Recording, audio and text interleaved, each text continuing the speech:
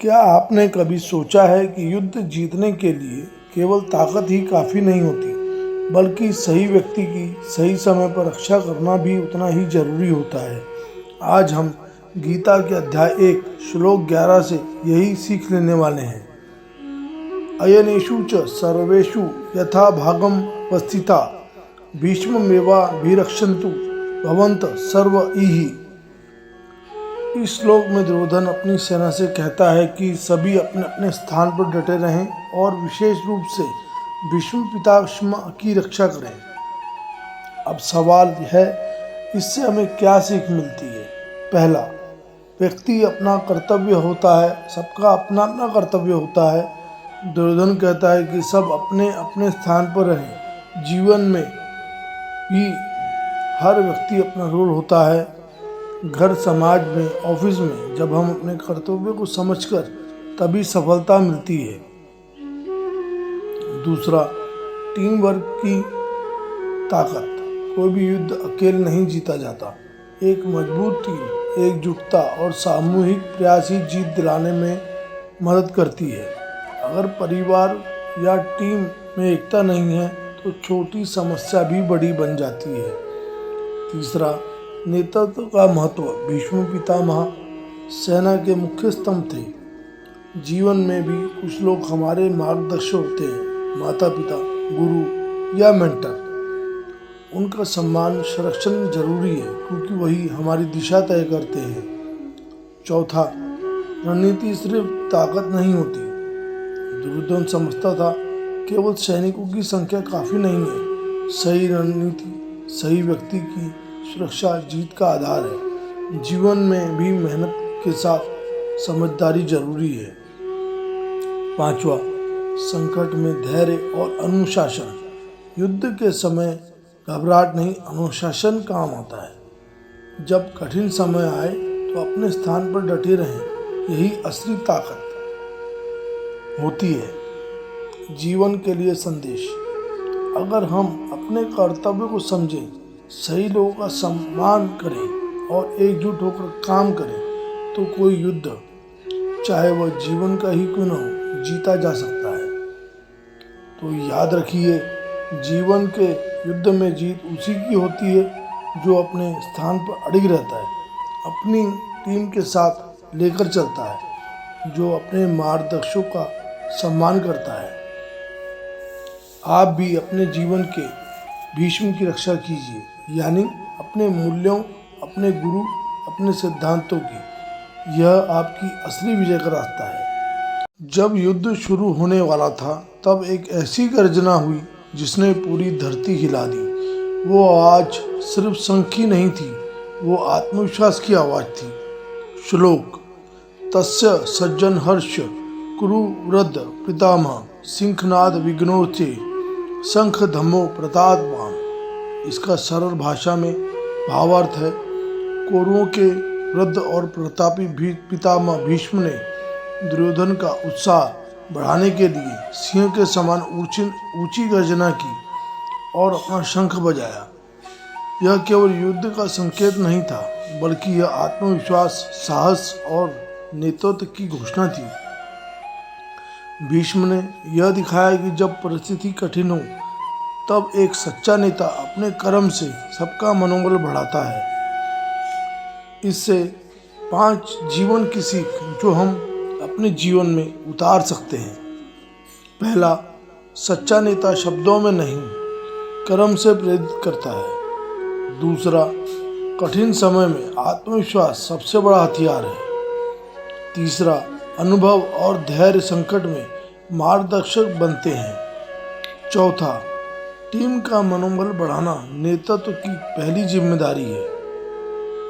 पांचवा, साहसिक शुरुआत ही विजय की दिशा तय करती है। अब कल्पना कीजिए, कुरुक्षेत्र का मैदान सजा हुआ है, दोनों सेनाएं आमने सामने खड़ी हैं, वातावरण में तनाव है। हर योद्धा जानता है कि आज का दिन इतिहास बदल देगा।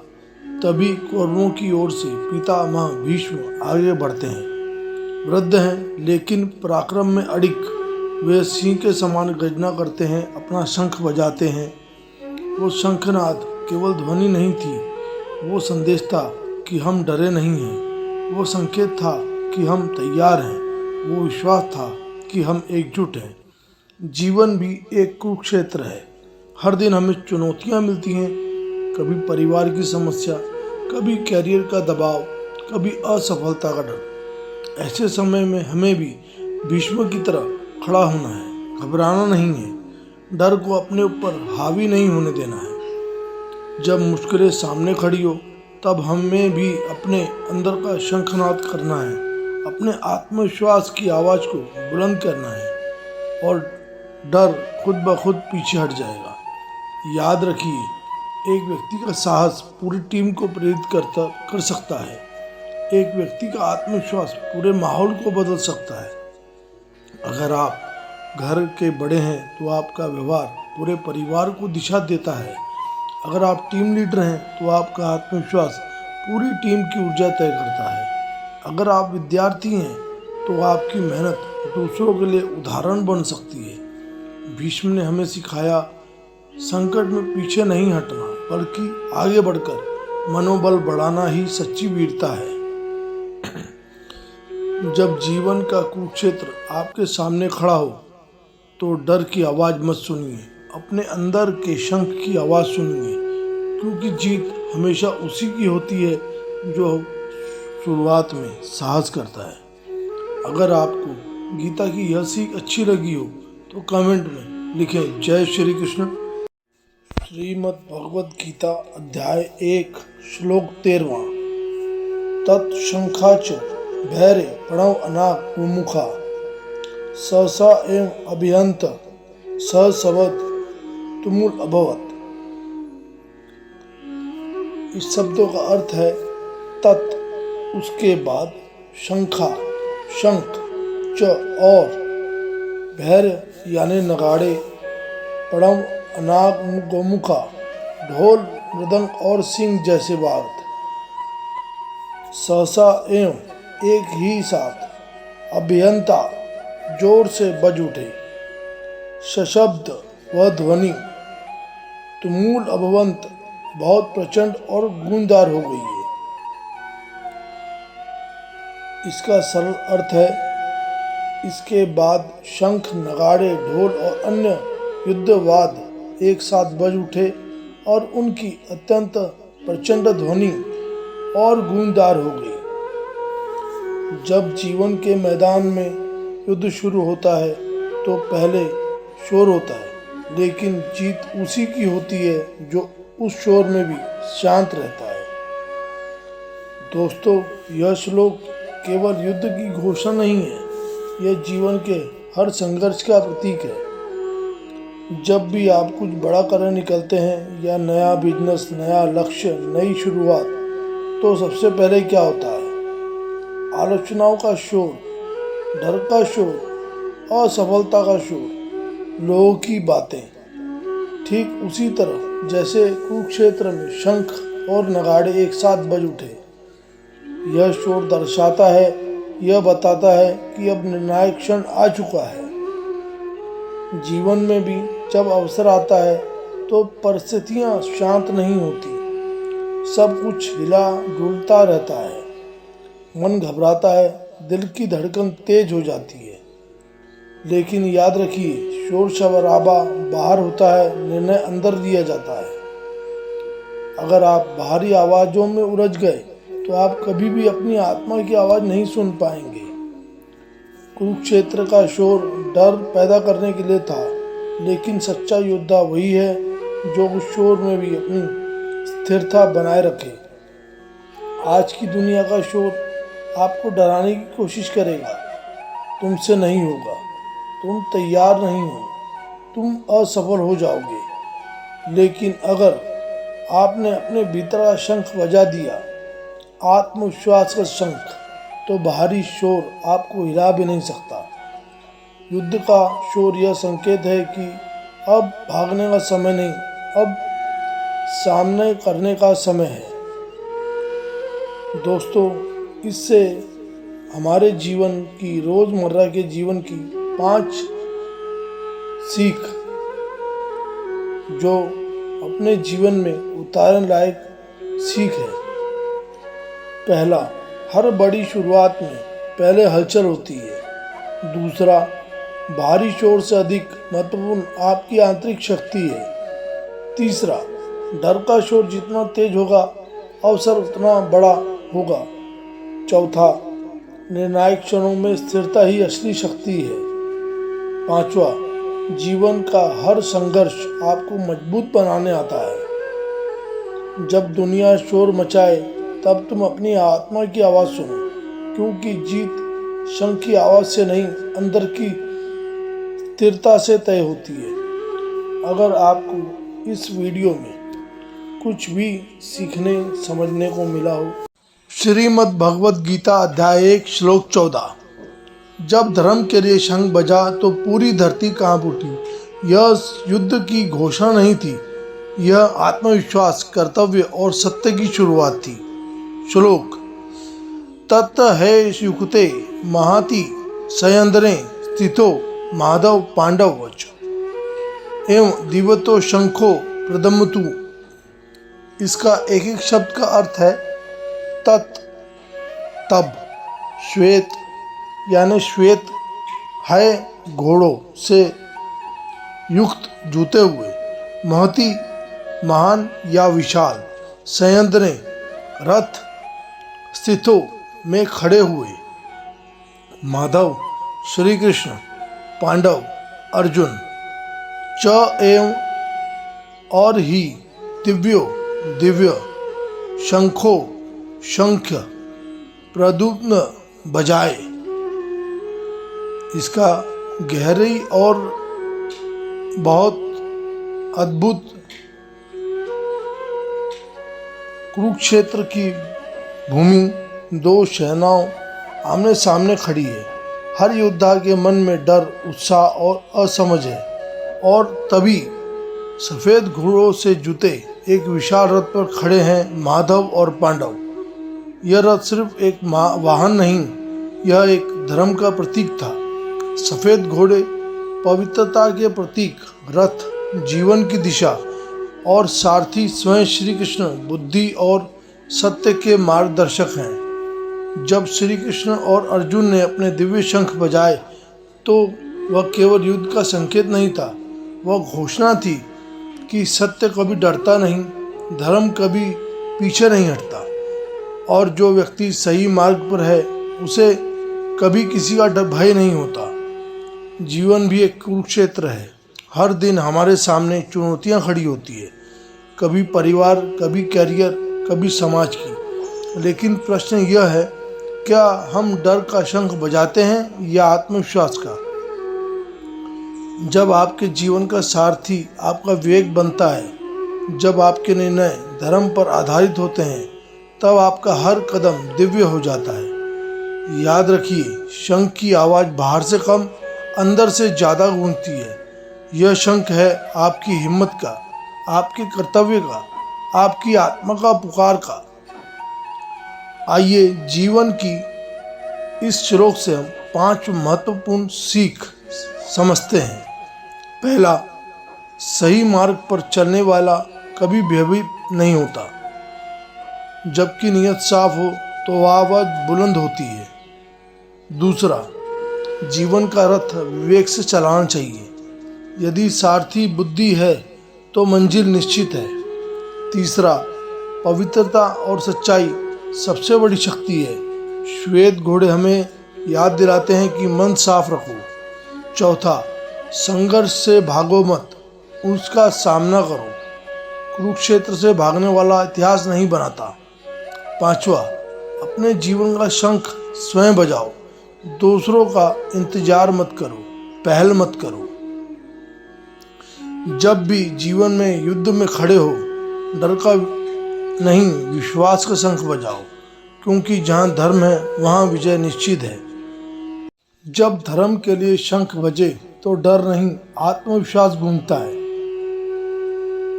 गीता अध्याय 1 श्लोक 15। पंचजन्य हृषिकेशो देवदत्तम धनंजयम पौंड्र धमदो महाशंखम भीमकर्ता विकोदर। आइए इसके एक एक शब्द का अर्थ समझते हैं। विस्तार से। पंचजन्म श्री कृष्ण का शंख, ऋषिकेश इंद्रियों के स्वामी श्री कृष्ण, देवदत्तम अर्जुन का शंख, धनंजय धन को जीतने वाला, पौंड्रम भीम का शंख, धंधोम बजाया महाशंखम महान शंख, भीमकर्मा भयानक कर्म करने वाला पराक्रमी, वकोदर भेड़िए के समान पेट वाला भीम का नाम है। कुरुक्षेत्र का मैदान दो सेनाओं के आमने सामने खड़ी हैं। दो तनाव है, भय है, अनिश्चितता है, और तभी ऋषिकेश श्री कृष्ण अपना पंचजन्य शंख बजाते हैं। यह सिर्फ एक आवाज़ नहीं थी, यह धर्म का उद्घोष था। फिर धनंजय अर्जुन अपना देवदत्त शंख बजाते हैं। यह संकेत था कि सच्चा योद्धा कर्तव्य से पीछे नहीं हटता। और फिर भीम कर्मा विकोदर भीम अपने विशाल पौंड्रक शंख को बजाते हैं। उसकी गूंज से कौरवों के हृदय हिला दिए। यह श्लोक हमें बताता है, जब अपना उद्देश्य सही हो तो आपकी आवाज़ में शक्ति खुद आ जाती है। कृष्ण का शंख आत्मनियंत्रण का प्रतीक है, अर्जुन का शंख एकाग्रता और लक्ष्य का प्रतीक है, भीम का शंख साहस और शक्ति का प्रतीक है। जीवन का कुरुक्षेत्र भी ऐसा ही है, हर दिन संघर्ष है, हर दिन निर्णय है। लेकिन सवाल यह है, क्या आप अपने जीवन का शंख बजा रहे हैं या डर की वजह से चुप हैं? जब आपका मन नियंत्रित है, जब आपका लक्ष्य स्पष्ट है, जब आपके कर्म में शक्ति है, तब कोई भी परिस्थिति आपको रोक नहीं सकती। इससे हम 5 जीवन की सीख सकते हैं, अपना सकते हैं। पहला, आत्मनियंत्रण ही असली शक्ति है। दूसरा, कर्तव्य के पीछे हटना हार की शुरुआत है। तीसरा, सही उद्देश्य हो तो आवाज़ में दम खुद आ जाता है। चौथा, डर को नहीं आत्मविश्वास को गूंजने दो। पांचवा, जीवन का हर संघर्ष आपको मजबूत बनाने आया है। आज ही अपने जीवन का शंख बजाओ, क्योंकि धर्म की आवाज़ कभी नहीं दबती। जब इरादे मजबूत हों तो पूरी दुनिया आपका शंखनाद सुनती है। इसीलिए डरे नहीं, अपना कर्म पूरी निष्ठा ईमानदारी से करें। आज भगवत गीता 1 श्लोक 16 से, जहाँ युद्ध भूमि में धर्म की घोषणा शंखनाद के माध्यम से होती है। जब धर्म ने शंख बजाया तो अधर्म की नींव हिल गई। आज हम जानेंगे उस शंखनाद का रहस्य जिसने पूरे कुरुक्षेत्र को बता दिया। जहाँ सत्य है वहीं विजय है। श्लोक, अनंत विजयम राजा कुंती पुत्रो युधिष्ठिरम, नकुल सहदेव सुघोष मणि पुष्पको। इसका एक एक शब्द का अर्थ है अनंत विजयम, यानी अनंत की विजय, जिसकी जीत असीम है। राजा कुंती पुत्र, कुंती का पुत्र युधिष्ठिर, नकुल सहदेव च और सुघोष मधुर ध्वनि वाला शंख, मणि पुष्पक नामक शंख। इसका सरल अर्थ है, राजा कुंती पुत्र युधिष्ठिर ने अनंत विजय नामक शंख बजाया और नकुल तथा सहदेव ने क्रमशः सुघोष व मणि पुष्पक नामक शंख बजाए। कुरुक्षेत्र की भूमि तैयार है, दोनों सेनाएं आमने सामने खड़ी हैं। तभी पांडवों की ओर से शंखनाद होता है। सबसे पहले धर्मराज युधिष्ठिर, जिन्होंने जीवन भर सत्य का पालन किया, वे बजाते हैं अनंत विजय। ध्यान दीजिए, उनके नाम का शंख का नाम है अनंत विजय, क्योंकि जो धर्म पर चलता है उसकी जीत केवल एक युद्ध ही नहीं होती, वह पीढ़ियों तक गूंजती है। फिर आते हैं नकुल और सहदेव। नकुल सौंदर्य और शिष्टाचार के प्रतीक हैं, सहदेव ज्ञान और बुद्धि के प्रतीक हैं। उनके शंख है सुघोष और मणि पुष्पक। इसका मतलब यह है, धर्म की आवाज़ मधुर भी होती है और मूल्यवान भी। यह श्लोक हमें बताता है, धर्म केवल शक्ति से नहीं चरित्र, ज्ञान और विनम्रता से भी जीता जाता है। युधिष्ठिर ने कभी छल नहीं किया। उनकी सबसे बड़ी ताकत तलवार नहीं थी, उनका चरित्र था। आज के समय में भी अगर हम सत्य, ईमानदारी और धैर्य के साथ खड़े हों तो हमारी अनंत विजय तय है। शंखनाद केवल युद्ध की घोषणा नहीं था, वह एक संदेश था। हम धर्म के साथ हैं, इसलिए हमें डर नहीं। इससे सीखने वाली 5 जीवन की महत्वपूर्ण सीख। पहला, धर्म पर चलने वाला व्यक्ति अंत में जीतता है। दूसरा, सच्चा नेतृत्व चरित्र से आता है, पद से नहीं। तीसरा, ज्ञान और विनम्रता भी शक्ति है। चौथा, सही उद्देश्य हो तो आवाज़ खुद प्रभावशाली बन जाती है। पांचवा, जीत सीमित नहीं, धर्म की विजय अनंत होती है। अगर तुम्हारी नीयत साफ है तो तुम्हारी जीत कोई रोक नहीं सकता। अपना अनंत विजय खुद बजाओ और दुनिया को बता दो, धर्म अब भी जिंदा है। अगर आपको यह वीडियो अच्छा लगे, कुछ सीखने समझने को मिले तो लाइक, सब्सक्राइब और कमेंट करके अवश्य बताएं। जय श्री कृष्ण, राधे राधे। श्रीमद् भगवद गीता अध्याय 1 श्लोक 17वां। जब युद्ध भूमि में एक महारथी का नाम लिया गया तो यह सिर्फ परिचय नहीं था, यह आत्मविश्वास का ऐलान था। क्या आपके जीवन में भी ऐसे योद्धा हैं जो आपको जीत दिला सकते हैं? श्लोक। कायश्च परमेश्वास शिखंडी च महारथ, दुष्टदुम्नो विराटश्च सात्विक्य अपराजिता। इसके श्लोक का एक एक शब्द का अर्थ समझेंगे। कायश्च काशी देश का राजा और परम ईश्वास श्रेष्ठ धनुर्धर यानी अत्यंत कुशल तीरंदाज, शिखंडी महान योद्धा, च यानी और महारथ महारथी जो अकेले हजारों योद्धा का सामना कर सके, दुष्टदुम्न का पुत्र, द्रुपद का पुत्र, विराट राजा और सात्यकी यादव वंश के वीर, और अपराजित जो कभी भी पराजित न हुआ हो। इसका सरल भावार्थ है, काशी का महान धनुर्धर राजा, शिखंडी, महारथी दुष्टदुम्न, विराट और अपराजित सात्यकी, ये सब पांडवों की ओर से युद्ध में खड़े थे। कुरुक्षेत्र की भूमि पर जब युद्ध आरंभ होने वाला था तब यह लोग सिर्फ नामों की सूची नहीं, यह विश्वास की घोषणा थी। जब आप किसी चुनौती के सामने खड़े होते हैं तो आपका सबसे पहले आपको अपनी ताकतों को पहचानना होता है। यहाँ पांडव पक्ष अपने वीरों का परिचय दे रहा था। कायश्च परमेश्वास मतलब सिर्फ योद्धा नहीं बल्कि श्रेष्ठ धनुर्धर। जीवन में भी साधारण नहीं, उत्कृष्ट बनना जरूरी है। शिखंडी महारथ जिसका जीवन संघर्षों से भरा था, लेकिन उन्होंने अपने अतीत को कमजोरी बनने नहीं दिया। संदेश साफ है, आपका अतीत चाहे जैसा हो, आपका साहस आपकी पहचान बन सकता है। दुष्टदुम्न जिनका जन्म ही एक उद्देश्य के लिए हुआ था, जीवन में भी हर व्यक्ति का एक उद्देश्य होता है। जब आप अपने लक्ष्य को पहचान लेते हैं तो आपकी ऊर्जा कई गुना बढ़ जाती है।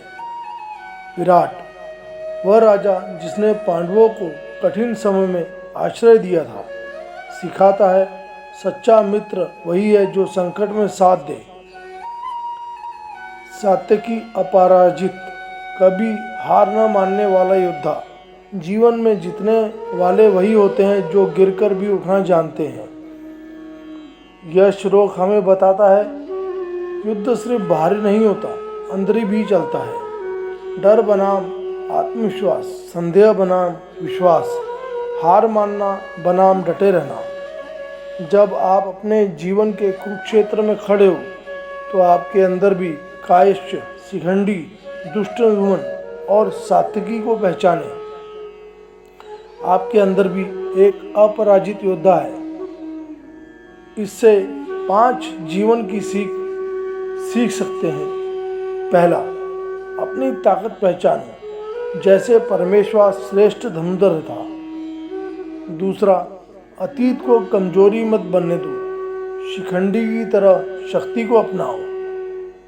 उद्देश्यपूर्ण जीवन जियो, दुष्ट दुमन की तरह स्पष्ट लक्ष्य रखो। संकट में साथ देने लोगों को कदर करो। विराट की तरह सहायक बनो, हार मत मानो। सात्विकी की तरह अपराजित मानसिकता रखो। जीवन हर दिन एक कुरुक्षेत्र है। सवाल यह नहीं कि आपके सामने कितनी बड़ी सेना है, सवाल यह है कि आपके भीतर कितने महारथी जागे हुए हैं। अपने अंदर के अपराजित योद्धा को जगाइए और विजय का शंखनाद कीजिए।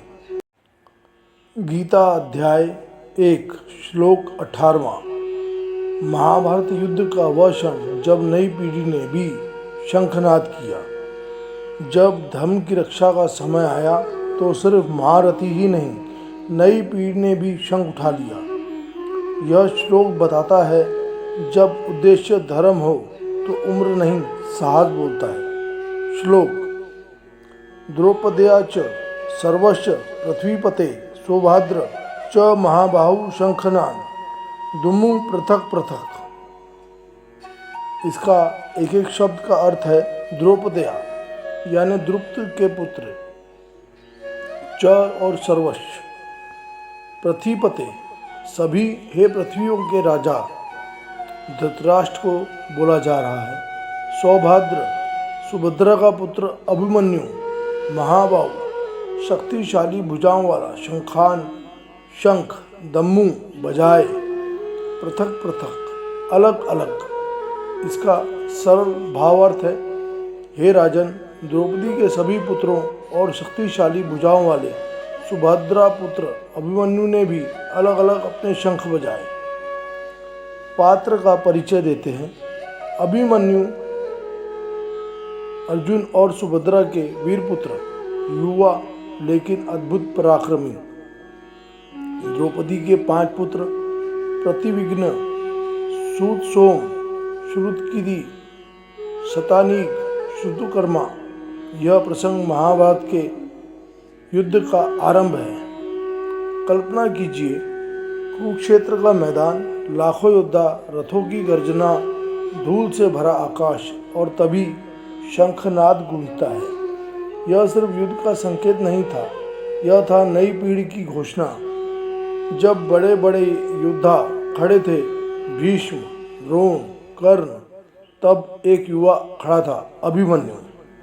उम्र कम थी लेकिन आत्मविश्वास आसमान से भी ऊंचा। यह श्लोक हमें बताता है कि धर्म की लड़ाई में सिर्फ अनुभवी लोग ही नहीं बल्कि युवाओं की भूमिका भी उतनी ही महत्वपूर्ण है। द्रौपदी के पुत्र अभी जीवन की शुरुआत ही की थी, लेकिन जब धर्म खतरे में था उन्हें पीछे हटना नहीं चुना। आज के समय में भी यही स्थिति है। समाज बदलना है, अन्याय के खिलाफ खड़ा होना है तो सिर्फ अनुभव नहीं, हिम्मत चाहिए। अभिमन्यु ने शंख बजाया, मतलब उसने घोषणा की, मैं तैयार हूँ। सवाल यह है, जब आपके जीवन में कुरुक्षेत्र आएगा, क्या आप भी अपना शंख बजाएंगे? इस श्लोक से बहुत कुछ सीखने को मिलता है। उससे हमारे जीवन की 5 सीख। पहला, उम्र नहीं उद्देश्य बड़ा होता है। अभिमन्यु युवा था लेकिन लक्ष्य स्पष्ट था। दूसरा, परिवार के संस्कार शक्ति देते हैं। पांडवों के पुत्र थे इसलिए धर्म के लिए खड़े हुए। तीसरा, अपनी पहचान खुद बनाओ। शंख अलग अलग बजाए, हर योद्धा की अलग अलग पहचान है। चौथा, डर से नहीं कर्तव्य से निर्णय लो। युद्ध कठिन था फिर भी पीछे नहीं हटे। पांचवा, जब समय आए आवाज बुलंद करो। शंखनाद साहस की घोषणा है। जीवन का हर दिन एक कुरुक्षेत्र है और हर सुबह तुम्हें अपना शंख बजाना है। अगर तुम सही हो तो आप आवाज़ उठाओ। अगर तुम्हारा उद्देश्य धर्म है तो डरो मत, अभिमन्यु की तरह खड़े हो जाओ, क्योंकि इतिहास उन्हीं का बनता है जो सही समय पर शंख बजाते हैं। अगर वीडियो अच्छा लगे तो लाइक करें, शेयर करें, कमेंट में लिखें कि अपना मैं हर दिन शंख बजाऊंगा। जय श्री कृष्ण। राधे राधे। श्रीमद् भगवद गीता अध्याय 1 श्लोक 19। जब धर्म की गर्जना हुई तो अधर्म के हृदय फट गए। यह केवल शंखनाद नहीं था, यह न्याय की अंत की घोषणा थी। श्लोक। सघोषो धस्त्राष्ट्रा हृदयानि वदेयारत नभश्च पृथ्वी चेव तुमुलो युयादन। अध्याय 1 व श्लोक 19 के इस श्लोक का एक एक शब्द का अर्थ विस्तार से समझेंगे, सरल भावार्थ समझेंगे। सघोष वह ध्वनि, गर्जना। दृष्टानाम दुष्टों के पुत्रों के, हृदयानी यानी हृदय, वदयारत फड़ा वाले, कपा देने वाले, नभ आकाश, च पृथ्वी और पृथ्वी को, चेव और भी, तुमूल भयंकर या प्रचंड, व्यनुनादन गूंज उठा या प्रतिध्वनि। इसका सरल अर्थ है वह प्रचंड शंखनाद धृतराष्ट्र के पुत्रों के हृदय को कपा गया और आकाश तथा पृथ्वी के भयंकर रूप से गूंज उठा। कुरुक्षेत्र की भूमि युद्ध प्रारंभ होने ही वाला है। एक और अन्याय, छल और अहंकार है, दूसरी ओर सत्य, धर्म और विश्वास। जब भगवान श्री कृष्ण और अर्जुन ने शंख बजाया तो वह केवल युद्ध की घोषणा नहीं थी, वह धर्म की उद्घोषणा भी थी। उस शंख की ध्वनि इतनी प्रचंड थी कि उसने कौरवों के हृदय को हिला दिया। यह श्लोक हमें बताता है कि जब सत्य पूरी शक्ति से उठता है तो झूठ खुद ही कांपने लगता है। धृतराष्ट्र के पुत्रों के पास सेना अधिक थी, शक्ति अधिक थी, योद्धा अधिक थे, लेकिन उनके पास सत्य नहीं था। और जब सत्य की आवाज़ गूंजी हुई तो उनके भीतर का डर बाहर आ गया।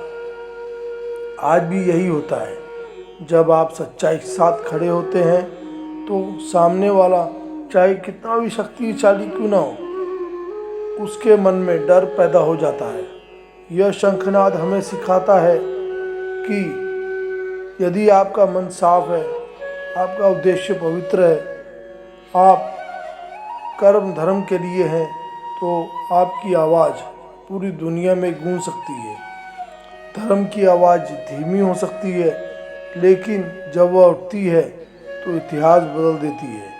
कुरुक्षेत्र की वह गूंज केवल उस समय के लिए नहीं थी, वह आज भी हर उस व्यक्ति के भीतर गूंजती है जो अन्याय के सामने खड़ा होने का साहस करता है। यह श्लोक हमें यह भी बताता है कि डर हमेशा उस दिल में होता है जो ग्रस्त रास्ते पर हो।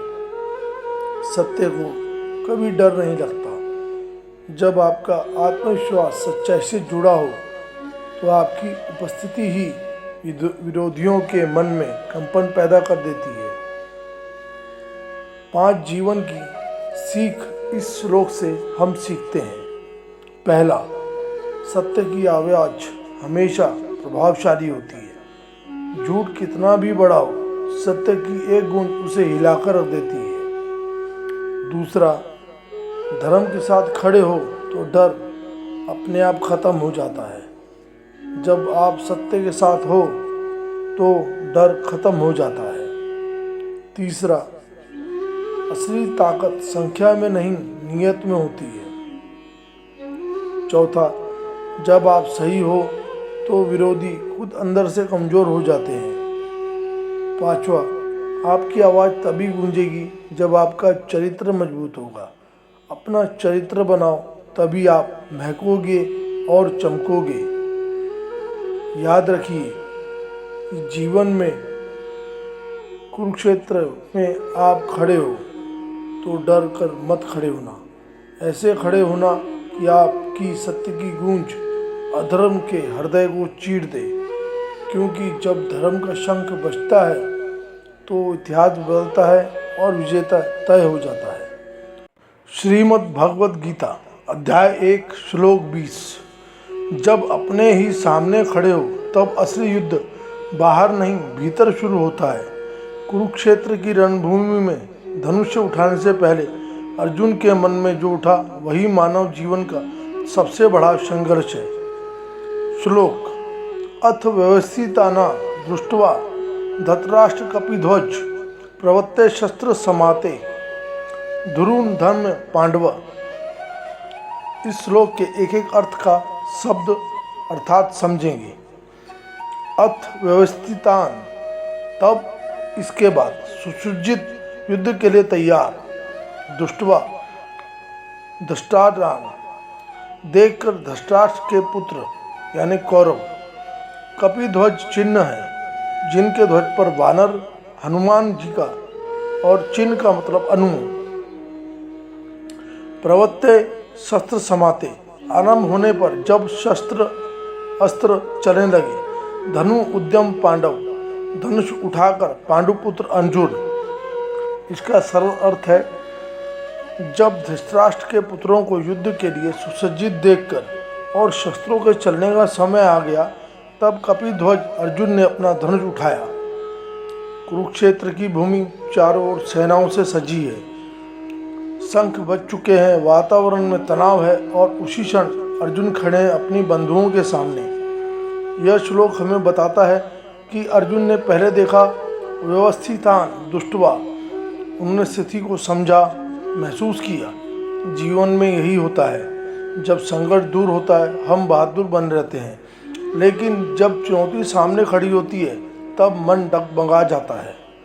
अर्जुन कोई साधारण योद्धा नहीं थे, वे पांडव थे। उनके ध्वज पर स्वयं हनुमान जी विराजमान थे, इसलिए उन्हें कपिध्वज कहा गया है। इसका अर्थ है शक्ति, साहस और दिव्य संरक्षण उनके साथ था। फिर भी मन विचलित हुआ, यह जीवन का सत्य है। सामर्थ्य होने के बावजूद भावनाएं हमें रोक लेती हैं। प्रवत्ते शस्त्र संपाते, युद्ध आरंभ होने वाला है, निर्णय का समय आ गया है। जीवन में भी एक समय आता है जब सोचने का नहीं करने का समय होता है। धनुर्धम्य, अर्जुन ने धनुष उठाया। यह केवल शस्त्र उठाना नहीं था, यह अपने कर्तव्य को स्वीकार करना था। लेकिन ध्यान दीजिए, उन्होंने पहले देखा, फिर समझा, फिर धनुष उठाया। अंधी बहादुरी नहीं, सजग निर्णय। यही कारण है कि आगे चलकर वे अपने सारथी कृष्ण जी से प्रश्न करेंगे और वहीं से गीता ज्ञान शुरू होगा। यह श्लोक हमें बताता है, युद्ध से पहले भावना या कमजोरी समझदारी है। भावनाएं आना पाप नहीं, मानवता है। लेकिन कर्तव्य से भागना यह अधर्म है। इस श्लोक से हम 5 जीवन की सीख समझेंगे। पहली, स्थिति को समझो फिर निर्णय लो। बिना सोचे युद्ध मत छेड़ो, पहले देखो फिर कदम उठाओ। दूसरा, भावनाएं कमजोरी नहीं है। अर्जुन भी विचलित हुए, महान लोग भी द्वंद्व से गुजरते हैं। तीसरा, कर्तव्य सर्वोपरि है, जब समय आए धनुष उठाना ही पड़ता है। चौथा, तैयारी ही आत्मविश्वास है, व्यवस्थित होना आदि जीत है। पांचवा, सही मार्गदर्शन जरूरी है। जीवन में हर अर्जुन को एक कृष्ण चाहिए। जब जीवन का कुरुक्षेत्र सामने खड़ा हो, जब अपने ही लोग विरोध में हो, जब मन कहे रुक जाओ और धर्म कहे आगे बढ़ो, तब याद रखना, अर्जुन ने भी पहले देखा, फिर धनुष उठाया। डर के कारण नहीं, कर्तव्य के कारण। तुम्हारे जीवन का धनुष कब उठेगा?